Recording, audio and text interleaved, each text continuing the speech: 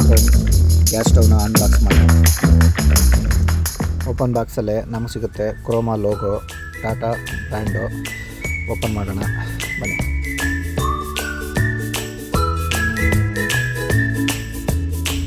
Packing ಅಂತೂ ಹತ್ತಿರ ಮಾಡಿದ್ದಾರೆ, ಸೇಫ್ಟಿಯಾಗಿ ಎಲ್ಲ ಲಾಕ್ ಮಾಡಿದ್ದಾರೆ.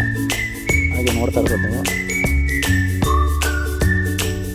ಅದ್ರ ಜೊತೆಗೆ ಚೆನ್ನಾಗಿದೆ. ಪ್ಯಾಕಿಂಗ್ ಎಲ್ಲ ಚೆನ್ನಾಗಿ ಮಾಡಿದ್ದಾರೆ, ಸೇಫ್ಟಿಯಾಗಿ ಮಾಡಿದ್ದಾರೆ.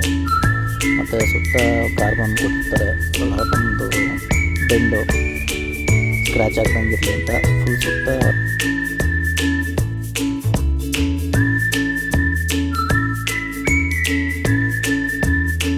ನಮ್ಗೆ ಅಲ್ಲೊಂದು ಬುಕ್ ಸಿಗುತ್ತೆ, ಅದರಲ್ಲಿ ಡೀಟೇಲ್ಸ್ ಇರುತ್ತೆ, ಹೇಗೆ ಸ್ಟವ್ ಬಗ್ಗೆ ಡೀಟೇಲ್ಸು.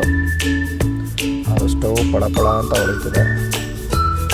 ಸ್ಟೀಲ್ ಸ್ಟವ್ ನೋಡಿ, 3 ಸ್ಟವ್ ಇರುತ್ತೆ,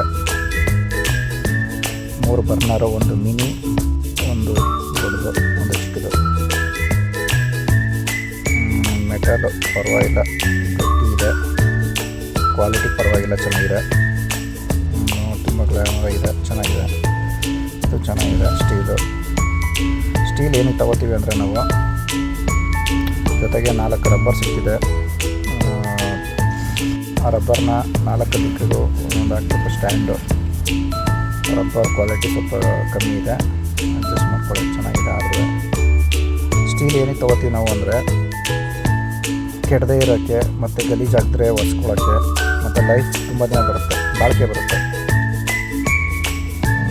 ಚೆನ್ನಾಗಿದೆ ನೋಡಿ, ಡಿಸೈನ್ ನೋಡಿ, ಲೆಫ್ಟು ರೈಟು ಅಂತ ಅಲ್ಲೇ ಇರುತ್ತೆ, ಫ್ರಂಟು ಅದೆಲ್ಲ ಇರುತ್ತೆ ನೋಡಿ. ದೊಡ್ಡ ಬಿಗ್ಗು, ಮಿನಿ, ಅದಕ್ಕಿಂತ ಮಿನಿ, ಕಲರು, ಲೋಗೋ ನೋಡಿ, ಟಾಟಾ ಕ್ರೋಮ್,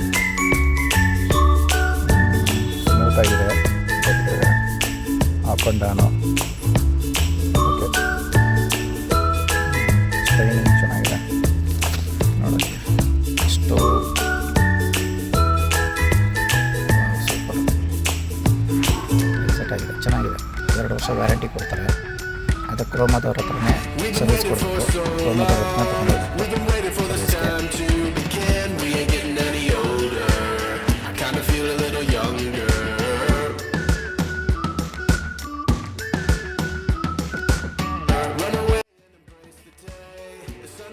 ಬನ್ನಿ, ಒಲೆ ಹಚ್ಚಿ ನೋಡೋಣ ಹೇಗೆ ಕಾಣುತ್ತೆ. ನೋಡಿ, ದೊಡ್ಡ ಒಲೆ ಚೆನ್ನಾಗಿ ಬಿಟ್ಟಿದೆ, ಸಣ್ಣ ಒಲೆ ಪರವಾಗಿಲ್ಲ, ಬಿಟ್ಟಿದೆ. ಒಟ್ಟು 3 ಒಲೆ ಹ್ಯಾಪಿ. ಬಾಯ್ ಬಾಯ್.